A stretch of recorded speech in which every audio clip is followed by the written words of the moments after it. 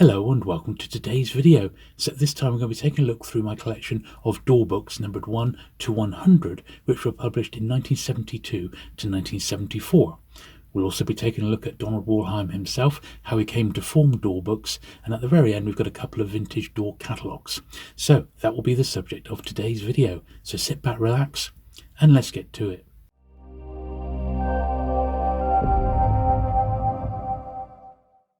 So Daw Books is an American science fiction and fantasy publisher founded by Donald A. Wollheim along with his wife, Elsie B. Wollheim, following his departure from Ace Books in 1971.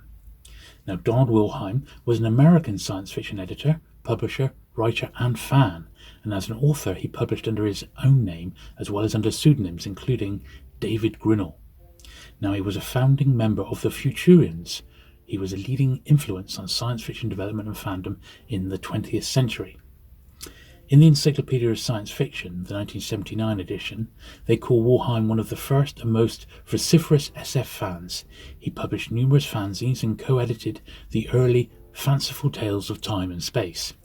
His importance to early fandom is chronicled in the 1974 book The Immortal Storm by Sam Moskowitz and in the 1977 book The Futurians by Damon Knight. With Frederick Poole and John Michel, Wollheim organised what was later deemed the first American science fiction convention, when a group from New York met with a group from Philadelphia on October the 22nd, 1936, in Philadelphia. The modern PhilCon convention claims descent from this event. Out of this meeting, plans were formed for regional and national meetings, including the first WorldCon. Sci-fi author Robert Silverberg said that Wollheim was one of the most significant figures in 20th century American science fiction publishing, adding, "A plausible case could be made that he was the most significant figure responsible in large measure for the development of the science fiction paperback, the science fiction anthology, and the whole post-Tolkien boom in fantasy fiction."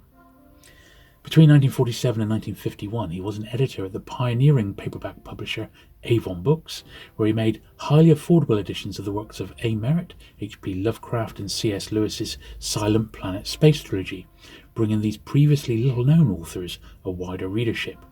During this period, he also edited 18 issues of the influential Avon Fantasy Reader, as well as 3 of the Avon Science Fiction Reader. These periodicals contained mostly reprints and a few original stories.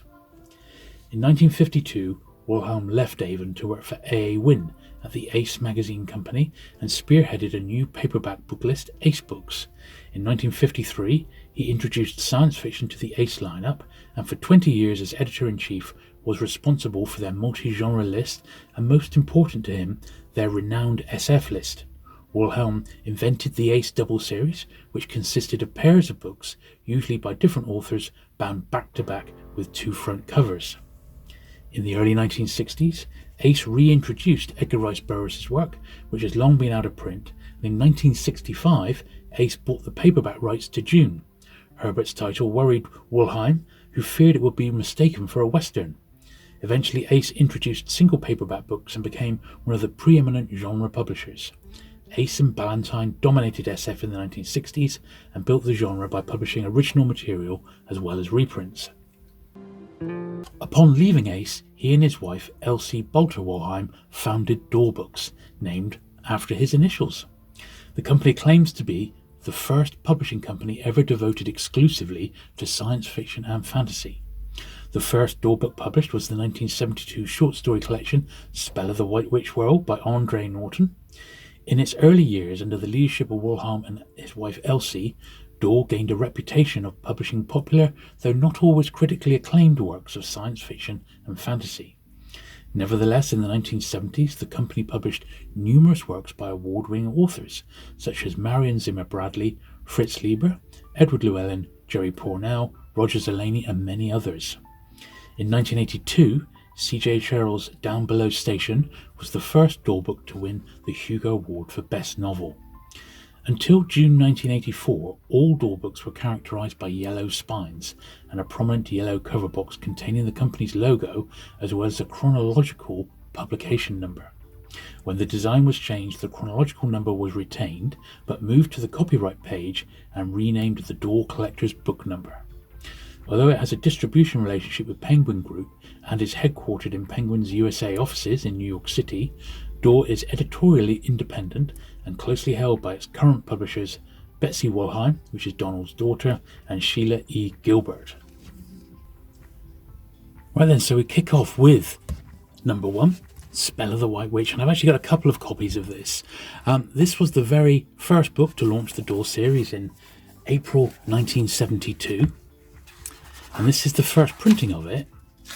And I wanted to show you this because inside on the title page it just says sort of copyright 1972, first printed in the USA, whereas this one, that does clearly state third printing. Later on you'll have a series of numbers denoting a reprint, and also if it was a new jacket the number would sometimes be reused. So that's the first edition, and this is a British edition, and it's got the New English Library distribution. So as far as I can tell, not all but the majority of Daw books were distributed in this original Daw form by the New English Library over in the UK. So even if you, like me, you are in the UK, there is a chance you can come across them, but I've found that the copies that seem to turn up generally seem to be quite sort of low grade. It took me ages to get this one with a really nice spine. Now, Daw famous for their yellow spines, but they also have the name of the author in red, or the surname, and red is the most notorious colour to fade. So when I look for Daw books, when I'm buying them secondhand, I always try and get copies which have got really nice bright bold spines.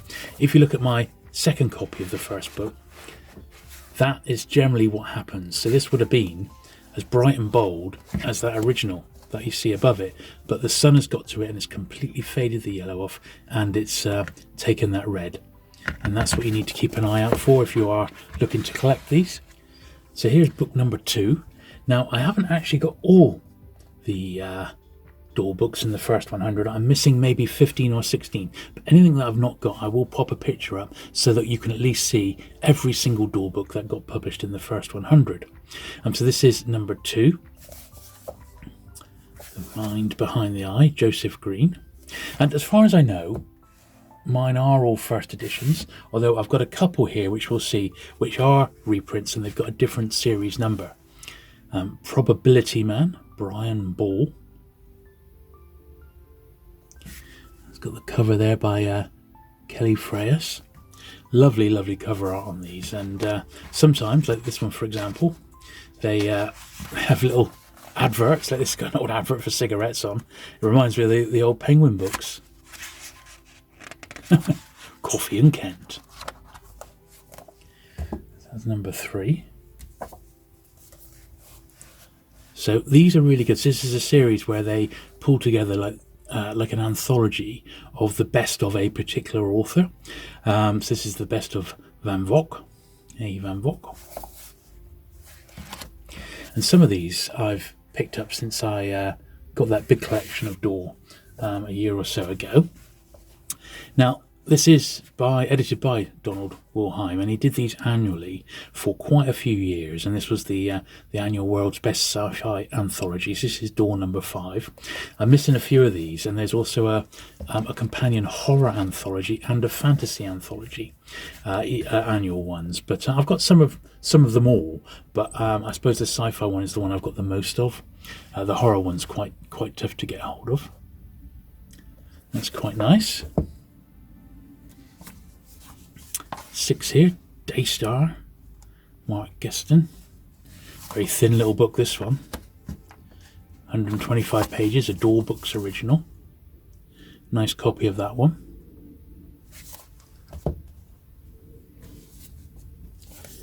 Brian Stapleford, To Challenge Chaos. And these are so of their time, The Last Trip. It's a bit sort of psychedelia, this one. And if it wasn't copyrighted, I'd be having Hawkwind playing in the background just to sort of chill us out a little bit. Something like Quark, Strangers and Charm, or Warrior on the Edge of Time. Jeff Sutton, The Mind-Blocked Man. One's a little more worn than some of my other ones. Gordon Dixon, number 9. Tactics of Mistake. Try not to get these, they're quite, because these have all been clean, they're quite shiny, and I'm trying not to get too much of a reflection in them. Number 10, At the 7th Level. Suzette Hayden Elgin. Amazing jackets, aren't they? Really, really stand out. And already, you can see the flood of yellow there. Number 11, The Day Before Tomorrow, Gerald Klein. And that's a Kirby cover. So Josh Kirby did an awful lot for Daw. Literally, I would say probably in the hundreds. Number 12, this is quite a collectible one. One of the most collectible in the series. Copies tend to go for £15 to £20. It's a very, very early Dean Koontz piece. Obviously, Dean Koontz mainly known for horror, but he did do the odd sci-fi piece.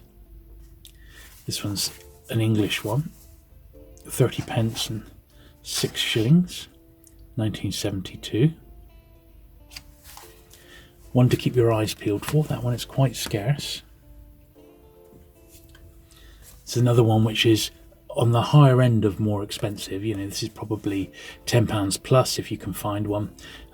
Philip K. I have seen them priced at £25, which is just ridiculous, because these Daw books had good print runs, but when you're trying to pick off individual ones that you're missing, and this is what I found, the books do tend to go for a little bit more than you might expect. Now, before we jump on, I've noticed we've not got number 13. That's the year's best horror stories, series 1, edited by Richard Davies. So I'll pop a photo of that one in right now. And then we're on to number 14, which is a very, very nice copy of We Can Build You by Philip K. Dick. They did a few of his, and sadly, this is the only one I've got. And even this one is not a first printing. So look, first print was in July 72, but because the lowest number there is number 3, that to me signifies it's a reprint, because it should have a number 1 there in the number chain. However, it's such a nice copy, I'm not going to worry too much about that. I'm not going to rush out and try and replace it. Number 15 then, Lloyd Biggle Jr., The World Menders. Definitely deserves a Hugo.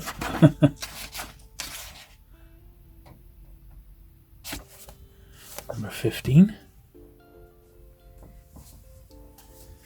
16. John T. Philippant. Not that well known an author to me. Genius Unlimited.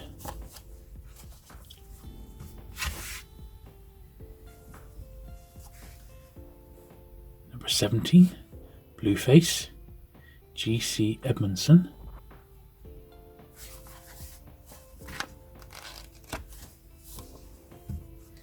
Number 18 is another one I'm missing. It's Century of the Mannequin by E.C. Tubb. Number 19, Regiments of Night, Brian Ball. Just checking a few of these randomly for the printing histories and that. So it looks as if the first prints, they don't actually mention anything about reprints or anything like that, at least at this stage of the game. And look who it is, L. Ron Hubbard. We'll say no more, but a cracking jacket on that one.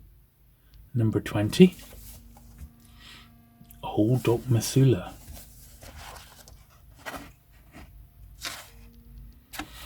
And whatever your thoughts on L. Ron Hubbard, he is quite a collectible author, particularly the early works by him. At number 21, Keith Laumer, Dinosaur Beach. And these just must have looked so cool on the shelf, mustn't they? In the bookshop, must have just looked brilliant.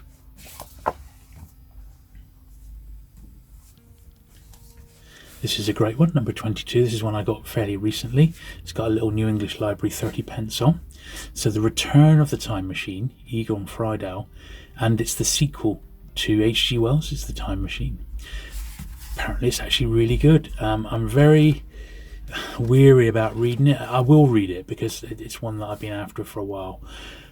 but I love the original Time Machine so much, I don't want it to sort of spoil any of my memories of it, you know. Let's start a second pile over here. 23, The Star Droppers, John Brunner.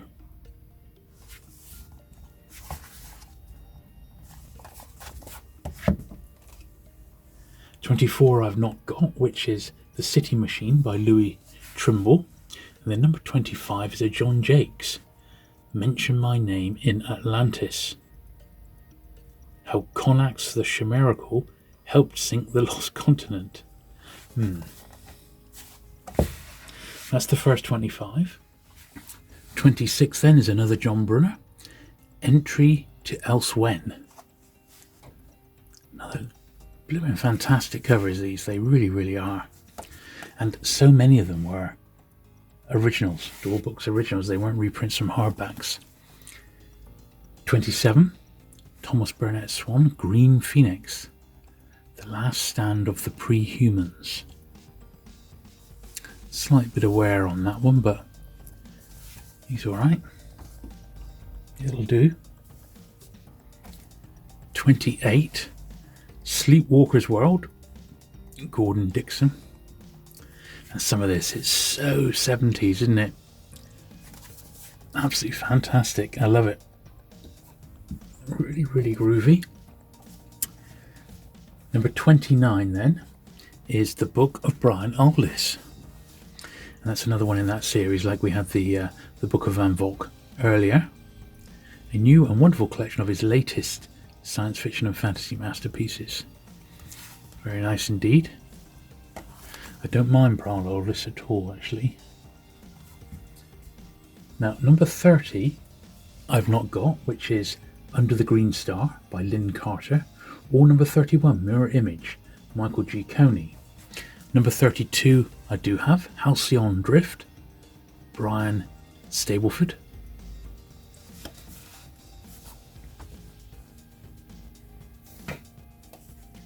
'33, Transit to Scorpio, Alan Burt Ackers. Another great cover. It says by Kirk there. It's got a signature on the front.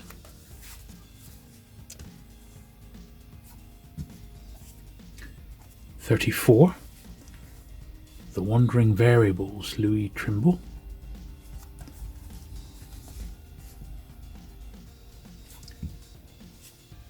'35,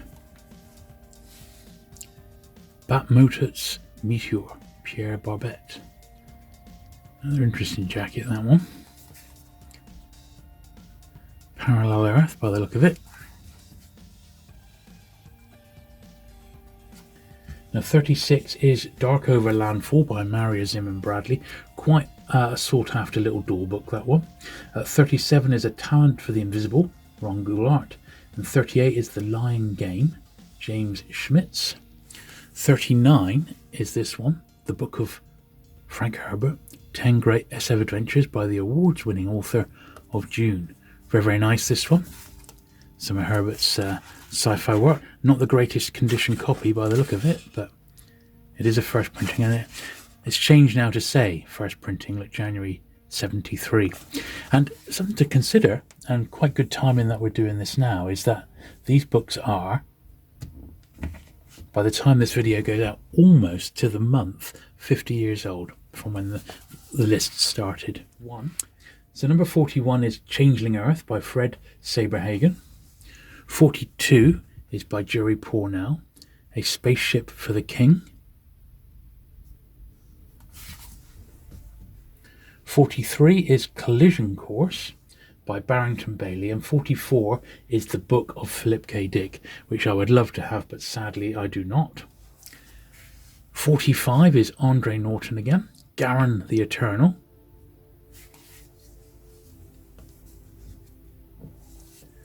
46, John T. Philippant, King of Argent.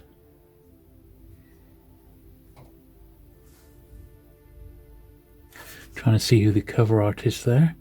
Kelly Freese, or Frice. Now 47 I've not got. That's Time Story by Stuart Gordon. Then number 48 is another quite collectible one by Philip Jose Farmer, The Other Log of Phileas Fogg.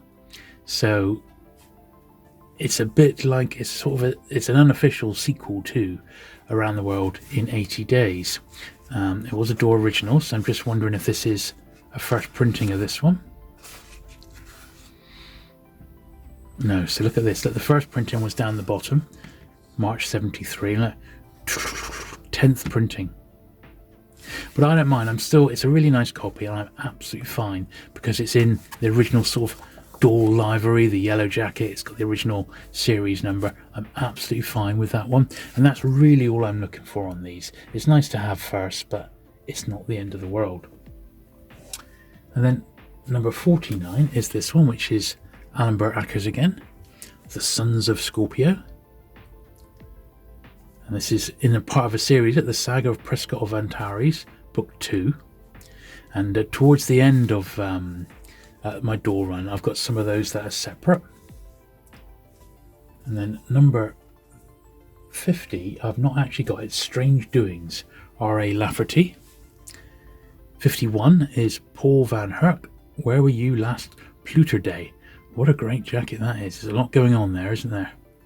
And I always like a sort of busy jacket like that with lots of different elements of the book tied into it. That's my sort of perfect jacket, that one. 52, The Light That Never Was, Lloyd Biggle Jr. Kelly Fry's cover again. 53 then is the 1973 annual World's Best SF, Donald Wollheim again. And these are much thicker than the regular Daw books. There's a lot in these. 250 pages this one.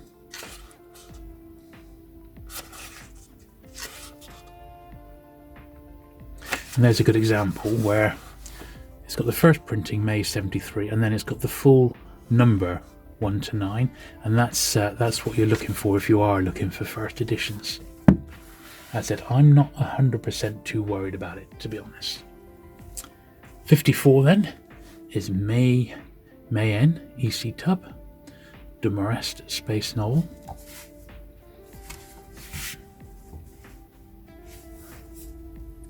'55, The Book of Gordon Dixon, another one in that series. The Best Short Stories are Novelettes by the author of Tactics of Mistake and Sleepwalker's World.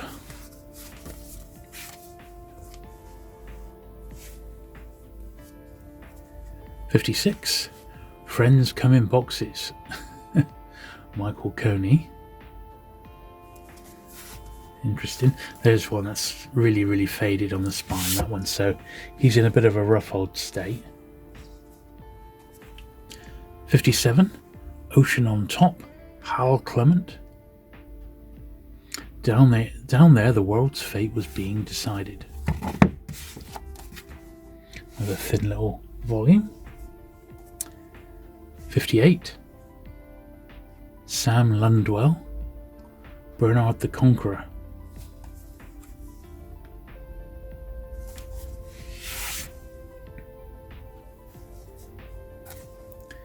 Number 59, Rhapsody in Black, Brian Stableford. And number 60 I've not got, which is What's Become of Screwloose and Other Inquiries by Ron Goulart. So that's a perfect time to thank my Patreon and channel members for helping support the channel. Thanks very much, guys.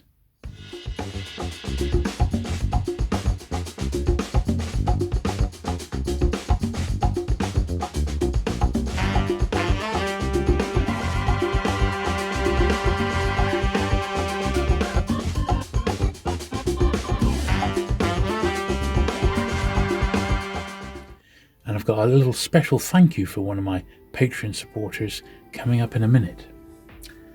Right, number 61 then I've not got, which is The Wrong End of Time, but then I've got a pretty much complete run, bar one book that I'm missing, right up now through to number 100. So 62 then is When the Green Star Calls by Lynn Carter. And I suppose one of the things with this series is that you can pretty much go in and choose a book blindfolded and pretty much know what you're going to get. And if you're in the mood for something like this, which isn't too long because none of these are particularly long, you can get your hit of your sci-fi fantasy, and they are really, really attractive in their packaging. They're so well made, they're really good to read, and great fun, these books. So this is another one, The Book of Philip Jose Farmer, 63, another one in that series, and one of my favourite authors in this genre is Philip Jose Farmer. Guy Snyder, The Book of the Twice Damned, Testament 21.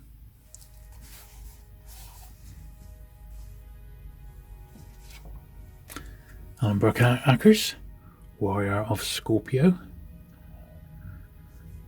Saga Prescott of Antares, Book 3. This is like a series within a series, isn't it? So 66 is Christopher Anvil, Pandora's Planet. Doesn't say it, but it certainly looks like a Josh Kirby cover, doesn't it? Number 66. 67, David Walker, The Lord's Pink Ocean.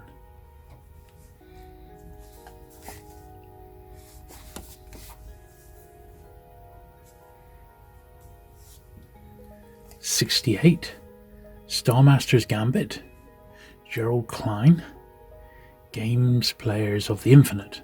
Another great cover. That looks like he's using that guy as a chess piece, and just everything about this, it just reeks early to mid 70s, doesn't it? Oh, fantastic. There's definitely something about it.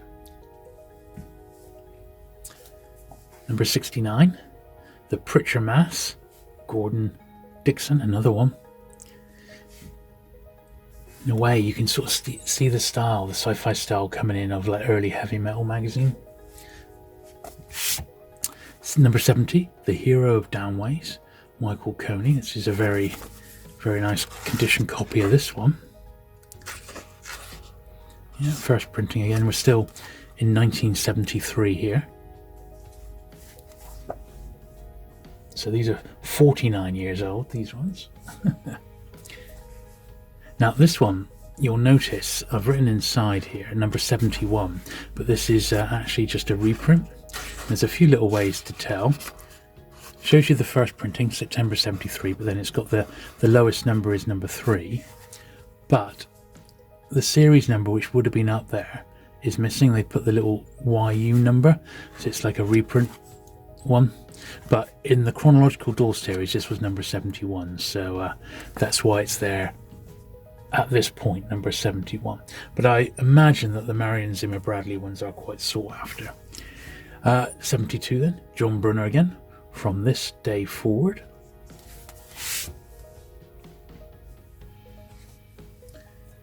'73, James Gunn, Breaking Point.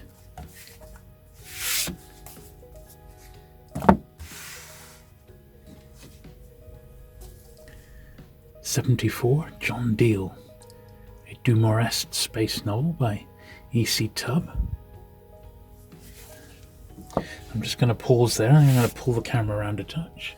76 is One Eye, Stuart Gordon. 77, John Brunner again, Philip Wiley, The End of the Dream. So an introduction by John Brunner for the book by Philip Wiley. So it wasn't like a collaboration, it was just, he just wrote the preface there.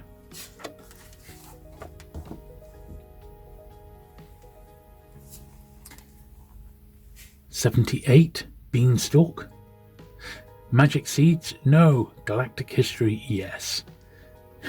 John Rackham. Wow. The mind boggles at that particular one, I think. 79, The Orchid Cage, Herbert Frank.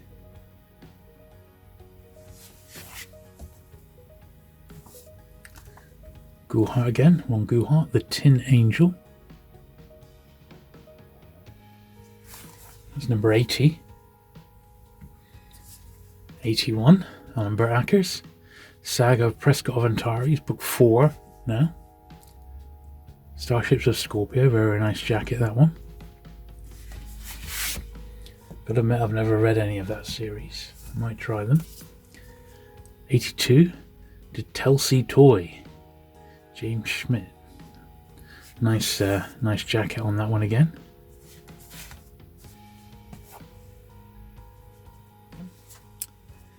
83 is Games Cyborgs Play, Pierre Barbet. The Whole World Was Their Arena. Looks pretty cool.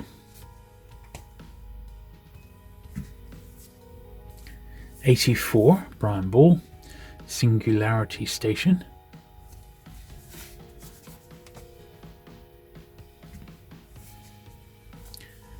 85, John Brunner, Polymath, Planet Builders Dare Not Fail.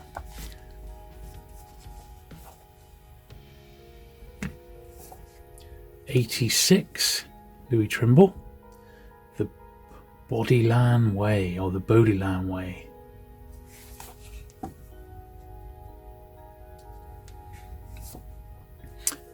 This is a reprint, number 87, Book of Fritz Lieber. Really nice jacket on that one. 5 times Hugo winner selects his best in this stunning new anthology. So it's a reprint. So unlike the other books, which have got that circle on the front, this is more traditional Daw cover, isn't it, with the full thing. And you can see it's a reprint as well. This is $1.25, when the other books were about 95 cents. But it doesn't look out of place in the main library, so that's fine. Number 88, A Quest for Sybilis, Michael Shee.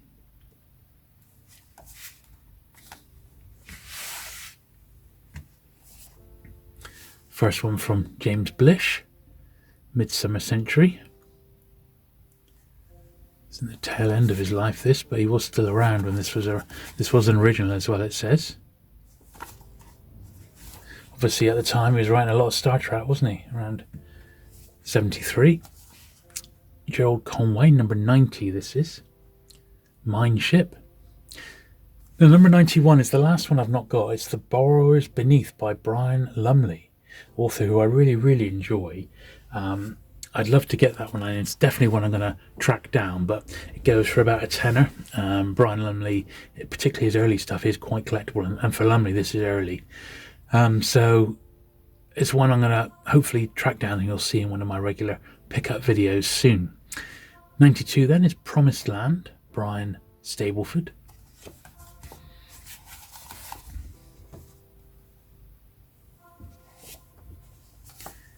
93, Gerald Klein, The Overlords of War. Bit of wear on that particular one. 94, Thomas Burnett Swan, How Are the Mighty Fallen?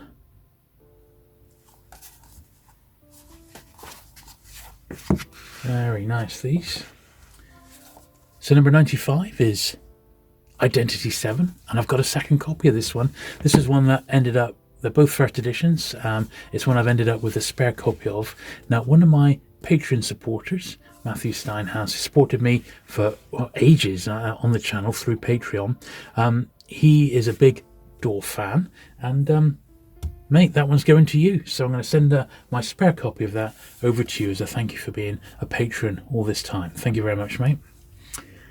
Number 96, Hunters of Gore. So up until this point, the first 7 Gore books had been published by Ballantine, and I guess Donald Wollheim was able to lure John Norman over, and probably gave him a bit more editorial freedom, because some might say that after John Norman left Ballantine, the Gore books sort of went downhill a bit, and there is an element of truth to that. They did get a bit more silly, but even so, these early ones in Daw are still quite collectible, and the tail end ones extremely expensive as well.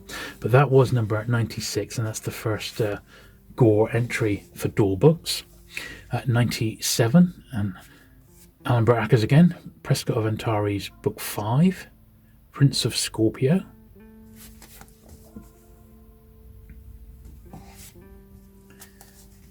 '98. Robert Chilson As the Curtain Falls.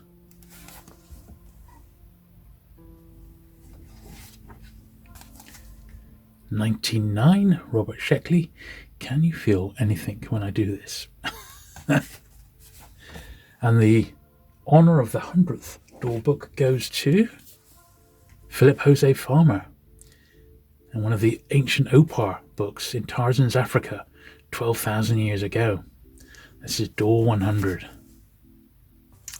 And it's an original, fully illustrated by Ron Krenkos. It's got illustrations in this one.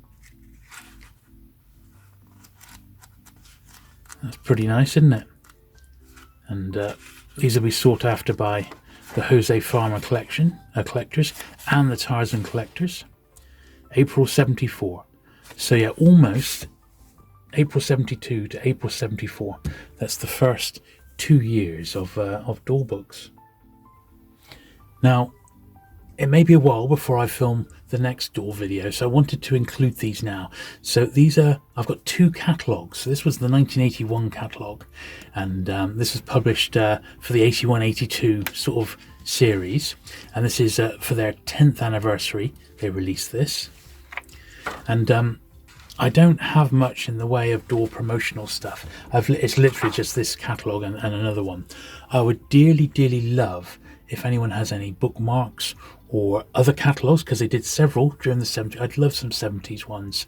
Any flyers, posters, bookshop memorabilia or merchandise related to Daw Books. If you've got any of that, I'd dearly love to get my hands on some to put with a collection, because I think it would be super cool. But here is, for the 10th year, there is Donald Wollheim, and some of the authors that made that Donald Wollheim published them first. Not necessarily in Daw Books, but in his career. Very, very influential.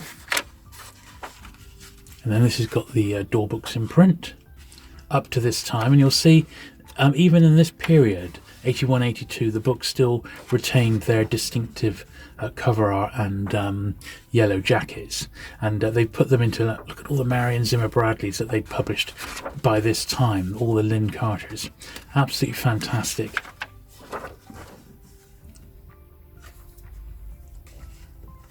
And some of these authors, I have got all of their Daw output.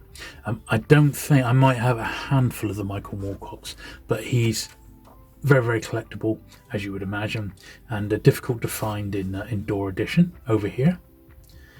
Then we've got the Daw order form, which is really cool. So that's in the yellow Daw colours, which I very much love. So this would have been for the bookseller to go through and put the quantities in, and they could pass that to the Daw rep, or they could just send it in. In fact, this one was designed, you could have sent it in. Here's a page of the John Norman American ones. I've got all of those except Imaginative Sex, which is one of the most expensive Daw books out there. But I've got all the rest of them in very nice editions, in firsts. Tanith Lee. I know they did do some very interesting box sets, which are quite funky. Although I've not got any myself. I did used to have a Gore one, but it was a mid-70s when I got a shot of it. Tub and ball.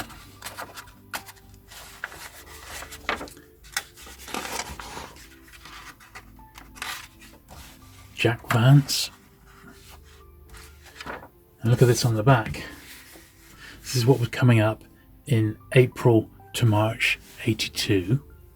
And then look at this. This would be surely the highlight of any Daw collection, would be an original Daw spinner. Look at that. Distributed by the New American Library in the USA and Canada. That is awesome, isn't it? Look at that. That's fantastic. Chances are that there must be a few lying around in the back of bookshops. Certainly when I was a bookseller, in one of the stores I managed, we had a whole floor virtually of old point of sale that we didn't have time to or room rather, to get out. If anyone's got one of those, I would dearly, dearly love to at least see some photos of it. And if they could ever get one over to England, I would pay quite highly for one of those. So let's put the 81 catalogue there. And I've got one more, which is the 82. Actually, I'll get that out of the way there. So we've got the 82 catalogue. This one's in not quite as good condition. And this is almost towards the tail end of what I would consider collecting with Daw. I'd probably go up as high as 84. 84, 85 would probably be my cut-off point, around books 5 to 600. And it's, because it's only a year later, it's going to be quite similar to what we've already seen. But as I said, if you've got any of the earlier 70s ones, I'd really like to get those. This one, look, collectors use these and they've actually ticked off some of the books that they've got. It's pretty cool. The sort of thing I would have done back in the day. And look at this. Oh, this was a bookseller. Look, they've looked. They've got. This is all the titles to check if they were missing any, possibly. Remember doing that a few times. Yeah, it's very similar, isn't it? Look, this is the same one. And now here's interesting. So look, up there in the order form, it says slipcases, and it's got like this would have been box sets. It's got an Andre Norman Witch World box set, 1, 2, 3, 4 in there, and then a Marion Zimmer Bradley box set, 1, 2, 3, 4, 5 in that one. And they call them slipcases, which is interesting. We would always call them boxed sets over in the UK. It'd be nice to see if they had any pictures of those. But yeah, if you've got any sort of promotional material for Daw Books, I'd love a few bits and pieces beyond these just to put with my collection. Jack Vance. There we are. Very, very cool indeed.